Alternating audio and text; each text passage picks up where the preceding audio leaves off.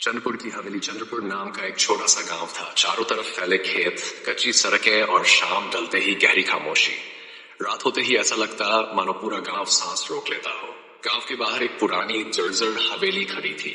दीवारों पर काई जमी थी, खिड़कियां टूटी हुई थी और दरवाजे हमेशा अधखुले रहते थे।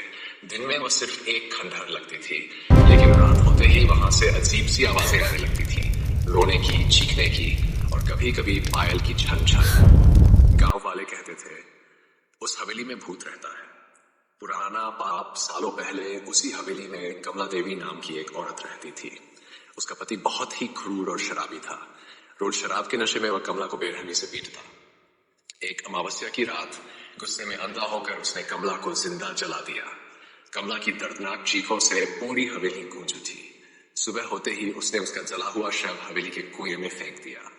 उस दिन से कमला की आत्मा को कभी शांति नहीं मिली।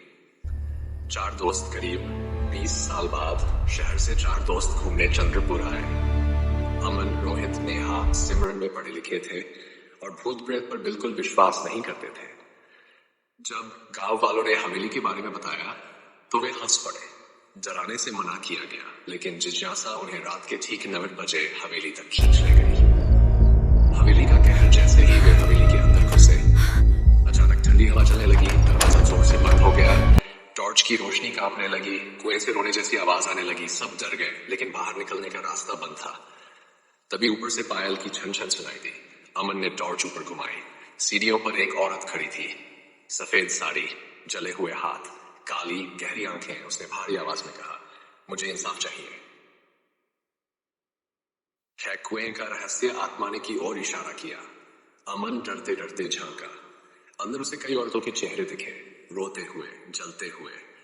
तभी अचानक कुएं से एक काला हाथ बाहर निकला और रोहित को खींच लिया। रोहित की चीख हवेली में गूंज गई और वह कुएं में गायब हो गया।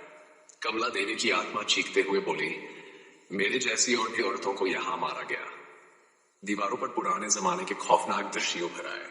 सब घुटनों के बल गिर पड़े, रोते हुए माफी मांगने लगे। कमला बोली, अगर सच दुनिया के सामने लाओगे तो मैं तुम्हें छोड़ दूंगी। अंत या शुरुआत। तेज आंधी चली।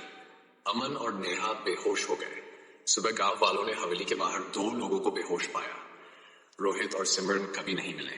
पुलिस आई, कुआं खुदवाया गया, अंदर से कई कंकाल निकले। हवेली शांत हो गई, लेकिन आज भी अमावस्या की रात वहां से एक आवाज आती है। अब भी सबको सजा नहीं मिली। जो ये आवाज सुन लेता है वह फिर कभी पहले जैसा नहीं रहता। अगर चाहो तो